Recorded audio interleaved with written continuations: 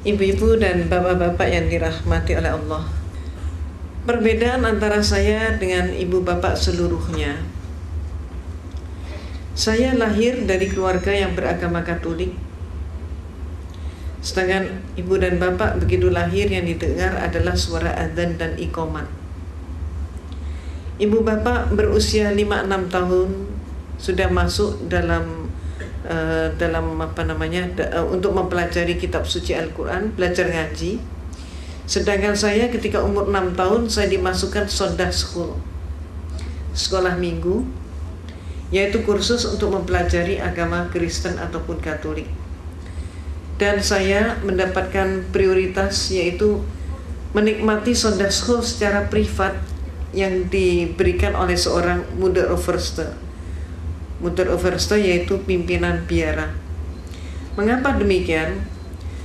Antara lain dikarenakan ayah ibu saya adalah donatur terbesar gereja. Ketika kemudian saya remaja, saya masuk organisasi di gereja yang namanya Legio Maria. Legio dari kata legion, Maria maksudnya adalah Siti Maryam binti Imran, ibu daripada Nabi Isa alaihissalam. Visi misi organisasi itu adalah mencari domba tersesat. Siapa yang dimaksudkan domba tersesat? Yang dimaksudkan domba tersesat bukan kambing-kambing yang kita potong saat Idul Adha, tapi yang dimaksudkan domba tersesat adalah siapapun orangnya yang belum Kristen. Jadi seperti seluruh daripada kita yang hadir di masjid ini, itu juga disebut sebagai domba tersesat oleh mereka. Dan inilah yang diprogram untuk dikristenkan oleh mereka. 1 tahun berikutnya saya menjadi salah satu ketua dengan jumlah anggota terbesar di tanah air kita. Dan setelah itu saya masuk biara menjadi seorang biarawati atau suster. Ibu dan bapak, jujur-jujur saja saya tidak pernah bercita-cita menjadi seorang muslimah. Cita-cita saya menjadi seorang biarawati dan saat itu sudah tercapai. Namun pada saat justru saya sudah mencapai cita-cita saya, disinilah Allah menyelenggarakan kehidupan hambanya. Pada saat saya di biara, dari seluruh mereka yang masuk biara hanya ada 2 orang saja. Satu adalah diri saya yang diberi tugas khusus, yaitu untuk kuliah di biara dan sekaligus kuliah di Institut Filsafat Teologia yang disebut Seminari Agung, pendidikan akhir pastor. Di sanalah saya menekuni comparative religion, termasuk menekuni Islamologi. Tapi Islamologi yang saya terima di sana bukan untuk menyatakan Islam agama yang hak, tapi sebaliknya untuk menyatakan Islam agama yang jelek. Mereka menyatakan, kalau Anda ingin tahu tentang Islam, lihat saja umat Islam di Indonesia. Maka di Indonesia ini orang yang melarat agamanya apa? Islam. Yang bodoh agamanya apa? Islam. Yang kumuh di bantaran sungai agamanya apa? Islam. Yang kehilangan sandal sepatu hari Jumat siapa?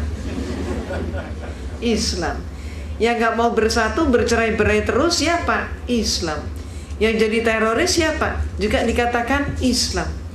Maka teman-teman saya sepakat dengan kesimpulan bahwa kalau begitu Islam agama yang jelek. Pada saat itulah saya katakan penyimpulan itu belum benar. Islam jangan hanya dilihat di Indonesia, coba kita lihat bagaimana di negara-negara yang lain. Saya kemukakan contoh, coba kita lihat bagaimana di Filipina. Di Filipina ternyata orang yang melarat dan bodoh agama mereka bukan Islam, tapi adalah Kristen dan Katolik. Meksiko adalah negara yang miskin, dan di sana yang jadi maling ayam, pencopet, pencuri, pemabuk, pemerkosa, penjudi dan lain sebagainya tidak ada satupun yang Islam. Semuanya adalah Katolik atau Kristen. Mesir keadaannya berbalik dengan tanah air kita. Kalau di Indonesia kita berbicara tentang pembantu rumah tangga dan dikatakan beragama Islam, majikannya banyak yang non-Islam. Tapi kalau di Mesir terbalik.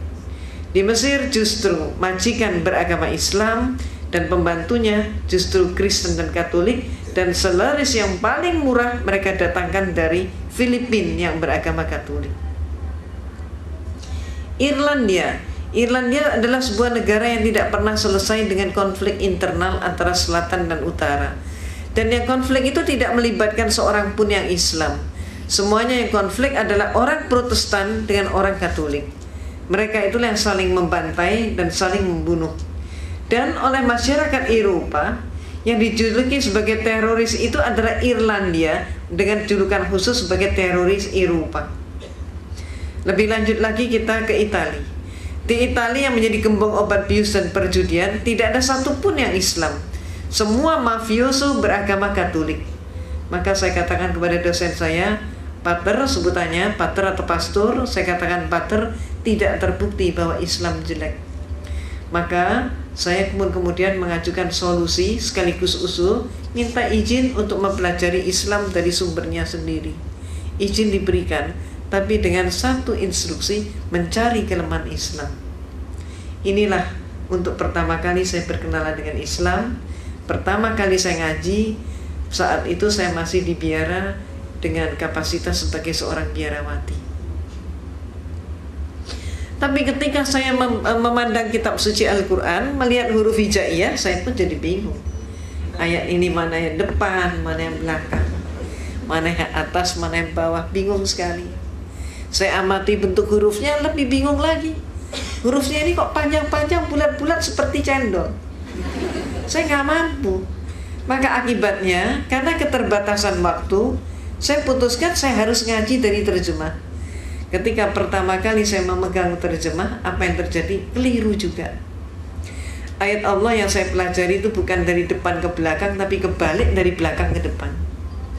Dan akibatnya, yang pertama kali saya pelajari adalah surat Al-Ikhlas. Qul wallahu ahad, Allahu samad, lam yalid wa lam yulad wa lam yakul lahu kufuwan ahad. Malamnya saya ngaji surat Al-Ikhlas, persis pagi harinya saya mendapatkan kuliah teologi di mana dosen saya menyatakan Tuhan itu satu tapi pribadinya tiga. Inilah penyelenggaraan Allah.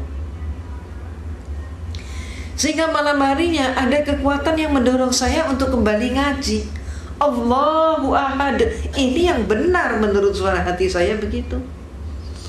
Maka hari-hari berikutnya saya dialogkan dengan dosen saya. Saya katakan, Pater, saya belum paham hakikat Tuhan. Maka kemudian dosen saya pun bertanya, bagaimana mungkin seorang biarawati tidak paham hakikat Tuhan? Kaget sekali dia. Maka dia pun maju ke papan tulis, menggambar sebuah segitiga sama sisi. AB sama dengan BC sama dengan CA. Saya ditanya, segitiga ini berapa? 1. Sisinya berapa? 3. Itulah Tuhan itu satu tapi pribadinya 3, kata dosen saya. Maka kemudian saya pun mengatakan, kalau demikian Pater, suatu saat nanti kalau dunia sudah semakin maju, ipteknya pun semakin berkembang, Tuhan itu kalau cuma 3 pribadi tidak akan mampu untuk mengurus dunia. Paling setidak-tidaknya harus mendapatkan penambahan menjadi 4 pribadi. Jawab dosen saya, tidak bisa. Saya jawab, bisa saja. Maka saya pun maju ke papan tulis, menggambar segi 4 sama sisi. Kalau dosen saya menyatakan Tuhan itu pribadinya 3 dengan menggambar segitiga, maka saya gambar segi 4 sama sisi, sah-sah saja kalau saya katakan Tuhan itu pribadinya 4. Apa kata dosen saya? Tidak boleh. Kalau tadi tidak bisa, sekarang menjadi tidak boleh. Maka kemudian saya tanya kenapa? Jawabnya, ini dogma. Dogma adalah hukum atau aturan yang dibuat oleh pemimpin gereja. Maka saya tanya, Pater, kalau saya belum paham dogma itu bagaimana? Dia mengatakan, Anda paham atau tidak, terima saja, telan saja, dan jangan dipertanyakan. Kalau Anda bertanya, kalau Anda ragu, hukumnya dosa. Walaupun saya sudah dijawab seperti itu, tapi malam hari ada keinginan yang demikian kuat untuk kembali mengkaji Al-Quran.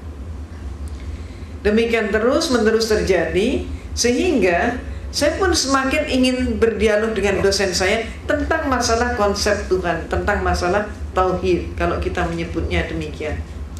Maka antara lain saya pernah bertanya, Pater yang buat meja ini siapa? Saya pernah bertanya begitu. Maka kemudian dosen saya nampak dia menangkap ada sesuatu yang lain di balik pertanyaan saya. Dia tidak mau menjawab, bahkan saya disuruh menjawab sendiri. Dan saya pun menjawab. Saya katakan, Pater, kalau menurut saya yang membuat meja ini pasti tukang kayu. Lalu kenapa? Pasti tanya lagi dia.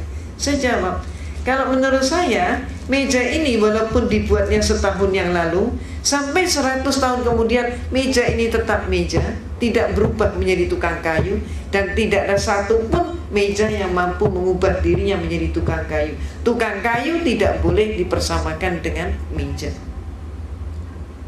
Maka dia pun bertanya, apa maksud Anda? Saya katakan, Pater, menurut pengamatan saya, Tuhan itu menciptakan alam semesta dan seluruh isinya termasuk manusia. Maka ada manusia yang dilahirkan setahun yang lalu, sampai 100 tahun kemudian ternyata dia tetap manusia. Bahkan sampai kiamat pun manusia tetap manusia. Tidak ada satu manusia pun yang mampu mengubah dirinya menjadi Tuhan, dan Tuhan tidak boleh dipersamakan dengan manusia. Malamnya saya ngaji lagi, dan hari-hari berikutnya saya dialog lagi, saya diskusi lagi. Saya pernah menyatakan juga, Pater, siapa yang melantik RB? Saya ditertawakan kali ini. Bagaimana mungkin seorang biarawati nggak ngerti siapa yang melantik RW? Maka saya jawab, sebetulnya saya mengerti. Maka kemudian dia baru terhenyak, dia kaget sekali. Apa sih maksud Anda? Dia tanya. Coba menurut Anda siapa? Coba silakan jawab. Bertubi-tubi saya digitukan. Dan kemudian saya katakan, Pater, kalau menurut saya yang melantik RW pasti eselon di atasnya, lurah ataupun kepala desa. Kalau sampai ada RW dilantik oleh RT, maka jelas pelantikan itu tidak sah. Demikian pula ada 100 orang kopral bermusyawarah untuk mengangkat salah satu teman mereka menjadi seorang jenderal. Walaupun yang melantik 99 orang, tetap saja pelantikan itu tidak sah. Apa maksud Anda? Dia tanya. Maka saya katakan, Pater, menurut pengamatan saya, Tuhan itu menciptakan alam semesta dan seluruh isinya termasuk manusia. Manusia hakikatnya sebagai hamba Tuhan. Maka kalau ada manusia melantik sesamanya manusia menjadi Tuhan, jelas pelantikan itu tidak sah. Malamnya saya ngaji lagi, terus seperti itu. Dan kemudian saya diskusi lagi, sampai pada klimaksnya saya bertanya tentang sejarah gereja. Saya katakan, Pater, menurut semua literatur yang saya pelajari dan kuliah yang saya terima, Yesus yang oleh umat Islam disebut Nabi Isa alaihissalam, ternyata Yesus itu untuk pertama kalinya dilantik menjadi seorang Tuhan. Peristiwa itu baru terjadi pada tahun 325 Masehi. Jadi sebelum tahun 325 Masehi, Yesus belum jadi Tuhan. Yang melantik Yesus jadi Tuhan siapa? Yang melantik Yesus jadi Tuhan adalah seorang raja Romawi, yaitu Konstantin. Pelantikannya terjadi dalam rangka sebuah konsili. Konsili ini bahasa Latin Romawi, artinya adalah konferensi, atau istilah kita yang lain adalah muktamar. Terjadi di kota Nizea. Maka disebut Konsili Nizea tahun 325 Masehi. Ini untuk pertama kalinya Yesus jadi Tuhan. Jadi sebelum itu dia belum jadi Tuhan. Sayangnya sejarah ini tidak dipahami oleh 98% umat Kristen, walaupun sejarah ini ada di dalam buku-buku mereka. Cuman dengan sengaja pemimpin-pemimpin gereja menutup sejarah tersebut agar supaya umatnya tetap tidak tahu. Kenapa? Kalau sampai umatnya tahu, umatnya akan terguncang sekali kalau mengetahui Yesus diproses dari manusia menjadi Tuhan, dan yang melantik adalah seorang manusia. Maaf, keadaan yang terjadi di tanah air kita, Kristennya sendiri juga nggak ngerti konsep ketuhanan Yesus, tidak tahu sejarahnya. Mereka kemudian menyerang kita umat Islam dengan program kristenisasi dan pemurtadan, sedangkan kita umat Islam juga sayangnya gak tahu sejarah itu. Itu sebabnya apa yang saya informasikan ini termasuk menjadi bekal dakwah kita. Kalau ada serangan, katakanlah yang hak itu hak, yang batil itu batil. Sejarah ini perlu diungkap.